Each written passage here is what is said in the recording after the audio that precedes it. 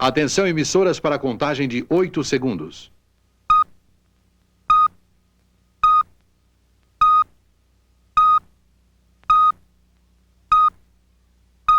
Boa tarde! Boa tarde! Boa tarde! Bom dia! Boa tarde! Bom dia! Boa tarde! Bom dia! Está entrando no ar o Jornal da Mônica. Oi, como aqui? Bom dia!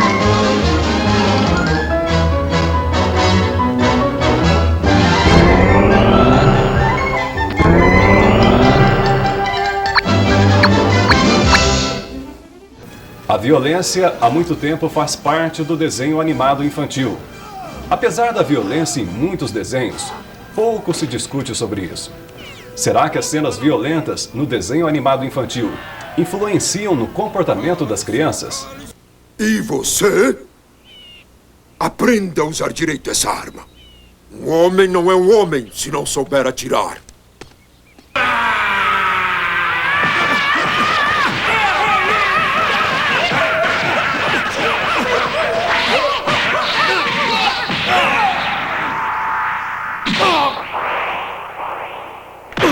Acho que uma criança que assiste aquelas pancadas lá dos filmes japoneses, né, que vive falando mal dos filmes japoneses, e não contextualiza isso, ela vai dar pancada também. Então, eu acho que isso é mais sério. Mas eu não acho que seja o caso de abolir os desenhos infantis. Eu acho que seja o caso, talvez, de fazer uma seleção mais equilibrada, né, do que a criança realmente poderia ver. A criança, ela desenvolve vendo o adulto fazer alguma coisa ou assistindo alguma coisa. Então, a televisão é um meio de focar a criança à violência. A violência no desenho infantil, ela influencia, sim, o comportamento das crianças. Tá? Por quê? Já tem especialistas com pesquisas e dados importantes que mostram que a criança criada sem uma sociabilidade com os pais, ela tende a ficar muito tempo na frente da televisão ou computador. E aí entra não só também a televisão, mas também o acesso que eles têm a tudo isso através de internet, através de uma mídia que é muito mais penetrante, tem muito mais fluxo de informações sem censura que a internet. Eu acho que as crianças são influenciadas porque são pequenas, então elas vão criando hábitos de violência, tendo armas, tendo de matar, então eu acho que crianças não deveriam assistir. E eu acho essa uma afirmação muito perigosa, porque o desenho animado, ele trabalha com fantasia, a fantasia trabalha com o imaginário, de uma certa forma, é composto também por uma certa dose de violência, porque a vida é composta de uma dose de violência. Então elas são como uma esponjinha. Tudo que acontece, elas absorvem, né? Se você coloca água, elas absorvem água. Se você coloca óleo, elas absorvem óleo. Então, elas estão recebendo tudo sem críticas, sem contestação, e elas vão formando aí toda uma maneira de pensar, de reagir. Está provado que a televisão não ajuda na construção do desenvolvimento intelectual das crianças, né? O comportamento das crianças hoje em sala de aula é refletido assim através de desenhos, de jogos de computador, que isso tudo, às vezes eles não têm uma noção que isso leve à violência, mas é uma consequência essa violência. Em primeiro lugar, é preciso distinguir o que é violência. Dragão de cauda assassina, reduza esse gladiador a migalhas! Socos, pontapés, empurrões, agressão verbal. Afinal, como definir a violência? Maldito! A violência, nós temos assim dois caráteres, né, de violência. A violência física e a violência abstrata. A violência tudo é tudo aquilo que o ser humano precisa necessariamente pegar de outro, ele precisa tomar. Isso aí é uma característica inata do ser humano como em virtude da sobrevivência. Você não pode imaginar o quanto tem de pessoas que desencadeiam, por exemplo, fobias e pânico pela violência que elas assistem na televisão. É impressionante esse dado né, que não é divulgado, mas está aí, principalmente a gente que trabalha direto com isso vê, não é? Mas, de uma forma ou de outra, você vê em várias situações, seja em programas direcionados especificamente para a faixa etária de crianças e adolescentes, mas nos filmes, nos seriados que são exibidos, uma colocação muito efetiva de violência como uma coisa cotidiana, não como uma coisa, e não colocando não como uma coisa normal, mas como uma coisa cotidiana, como uma coisa que faz parte hoje da sua vida. Violência, na minha opinião, é o que acontece nesse país. As crianças de rua, esses assaltos, isso é a violência real. Então a criança está mais exposta à violência real do que na ficção. Então a violência é uma característica inata, inclusive os filósofos têm dito sobre isso. Você pega Sócrates, você pega outros filósofos que antecederam a era cristã, eles mostram realmente que é uma característica inata do ser humano. Então a violência, ela existe no contexto da vida e, portanto, quando a gente faz uma representação ou uma fantasia, ela pode estar presente. E dependendo da forma como ela está presente, ela pode, enfim, fazer bem ou mal. Eu sei de comentários, de desenhos que têm um fluxo de violência também muito grande. Desde quando, ou de estímulos à violência. Eu acho que a palavra-chave são os estímulos. Então ela vai brincar com arma, ela vai brincar de soco, ela vai reproduzir o super-herói preferido dela, ela vai brincar de Power Rangers, sei lá o que hoje em dia está mais na moda aí, mas ela vai reproduzir aquilo que ela viu. Com mais ou menos componentes violentos diante daquilo que ela vive em casa, na família e no ambiente.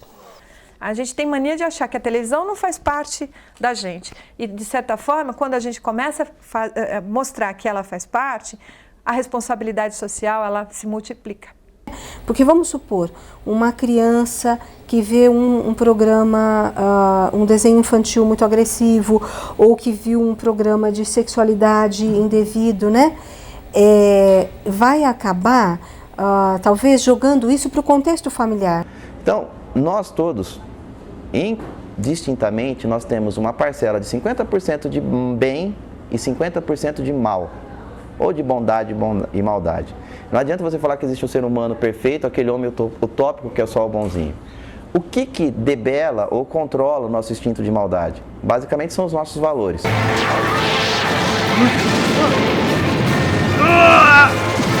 Você perdeu! Agora, meu dragão, obliterar!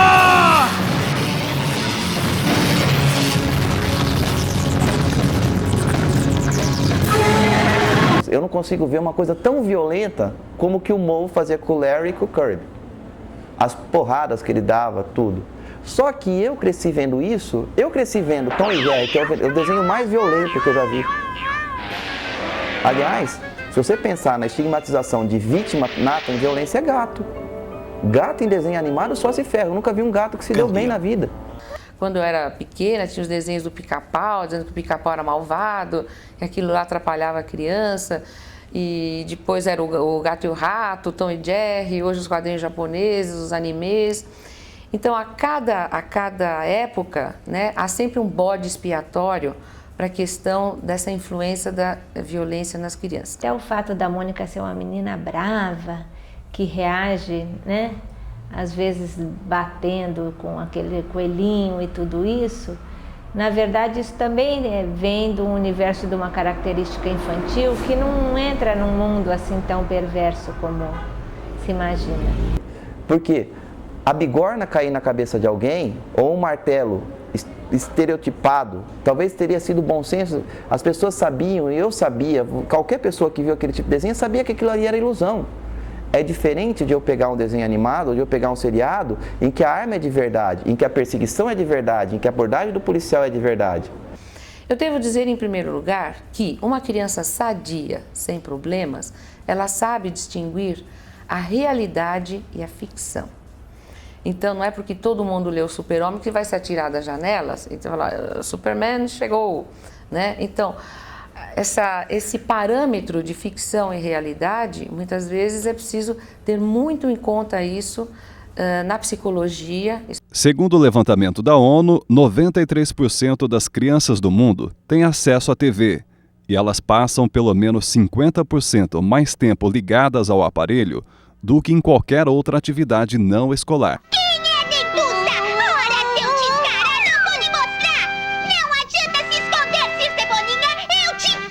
Pesquisa realizada em 10 países mostra que as crianças brasileiras são campeãs em assistir TV. Segundo dados do Ibope, são mais de 4 horas na frente da televisão. A TV tornou-se uma babá eletrônica. Será que os pais têm culpa nisso? Então, acho que os pais não estão diretamente ligados com essa influência, não seriam agentes dessa influência, porém, eles podem ser um agente selecionador, né, da qualidade de programas. Mas a agressão, a criança se torna um ente agressivo. Por quê? Porque ela recebeu uma carga muito grande durante o dia de imagens agressivas. Seja de desenho animado, seja de luta, seja de guerra, seja de disputas, ela recebe essa carga muito grande durante o dia. Então o que ela faz? À noite, quando os pais chegam, ela começa a colocar isso para fora. E os pais, não compreendendo que isso está acontecendo, começam a soltar porque querem fazer uma compensação. Uma criança que não tem uma condução de leitura, eu acho que assim, hoje em dia os pais deixam as crianças vendo televisão, a babá eletrônica. Como hoje em dia os pais trabalham, realmente a gente tem que lutar pela vida, etc. e tal, muitas vezes as crianças ficam relegadas até com muito curso, muita coisa, muita atividade para preencher o tempo da ausência dos pais. Então o contato humano, ele é primordial. É claro que no caso das babás eletrônicas, né, isso tem, vamos dizer assim, uma parcela bem menor, mas a questão do afeto, que é fundamental desde Freud, desde Klein, né, e desde que nós sabemos, né, que o que nos separa dos animais, além da questão da inteligência, é a questão de como vivemos e abordamos o afeto. Então eu diria assim, que se possível, ser um recurso menos utilizado possível, né? Porque nós precisamos desse modelo humanizante para nos tornar quem somos, né? Isso é fundamental. A atividade que está um pouco desagregada aí, com esse tempo desincronizado das famílias. Tem um paradoxo muito grande. Todo mundo se preocupa, compra a Veja, porque vem, né, a Veja, que é uma revista que tem até em consultório, mesmo que eu não assino, eu estou sempre em contato com a Veja, ela dura tempão, né? As 10 melhores maneiras de poder educar um filho, e todo mundo compra esses livros também, livro de autoajuda para educar o filho, mas esquece de ver que, na verdade, não precisa de tanto ensinamento assim, né? Só um pouquinho mais, um olhar, um tempo dentro da casa para poder estar junto. O estar junto, ele está quebrado. E isso é o grande problema.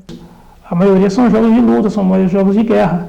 Então, a criança, como ela não passa, como ela só recebe, então, esses desenhos, essas imagens, tornam a criança introspectiva. O universo dela, a realidade dela, passa a ser só essas imagens que ela capta e o inconsciente grava, que vai sendo lançado ao consciente na medida em que ela vai se interagindo com os outros. Por exemplo, se ela passa o dia inteiro vendo esses joguinhos e se relacionando com pessoas, por exemplo, empregadas, com pessoas que não têm uma ligação afetiva com ela, que não se importam em lançar mão de violência contra ela.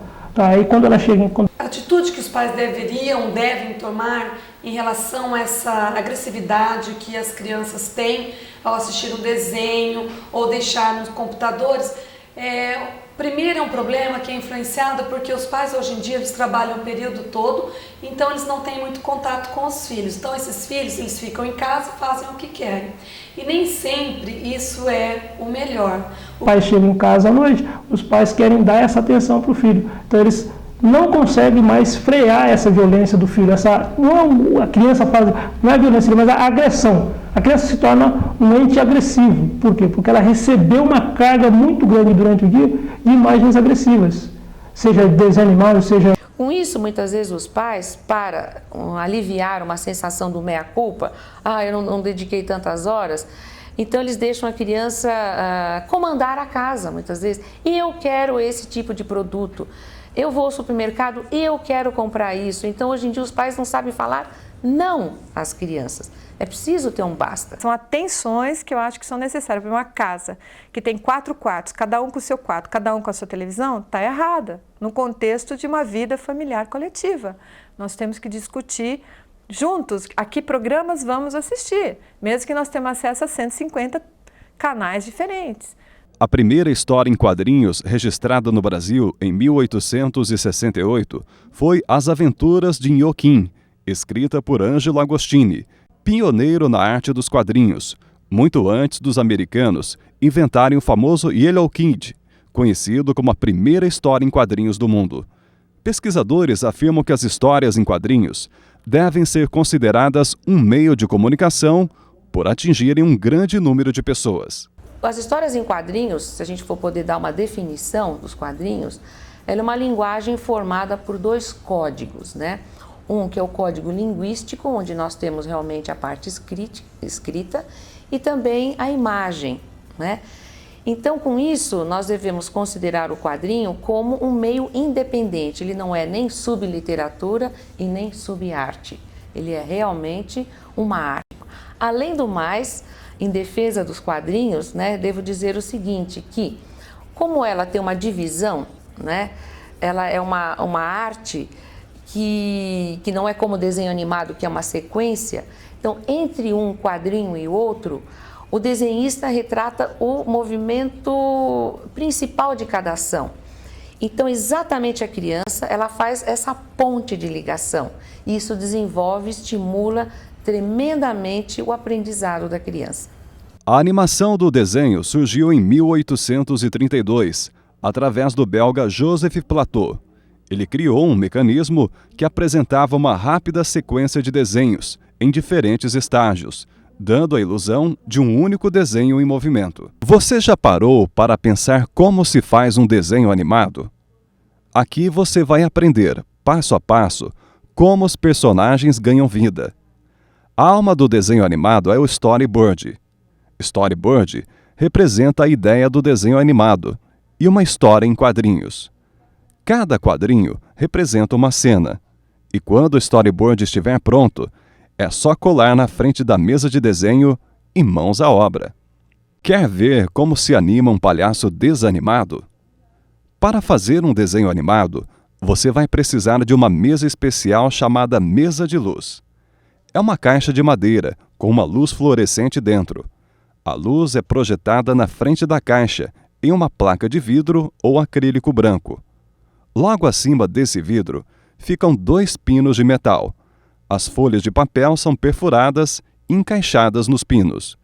E quando se acende a luz da mesa, ualá! A luz ilumina as folhas de papel, onde vamos produzir os movimentos de cada cena do storyboard. Fazendo o desenho. Agora, vamos animar o palhaço. Com a folha colocada sobre o vidro, se torna mais transparente quando acendemos a luz. Assim, você poderá ver o desenho em cima dele. Ao mover as folhas, você verá o princípio do movimento do palhacinho. Para cada segundo do desenho animado, ou 12 posições diferentes para compor um movimento, como correr ou cair. A partir desse cálculo, vamos saber quantos desenhos iremos usar para cada cena do storyboard. Pintando o desenho. Com os desenhos prontos, é hora de mandar o palhaço tomar um banho de tinta.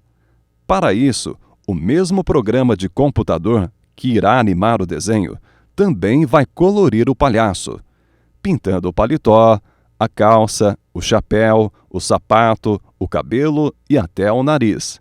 O programa, então, ordena as cenas e o nosso palhaço está pronto para sair andando por aí. Você acha que as crianças imitam o que assistem nos desenhos animados? Imita.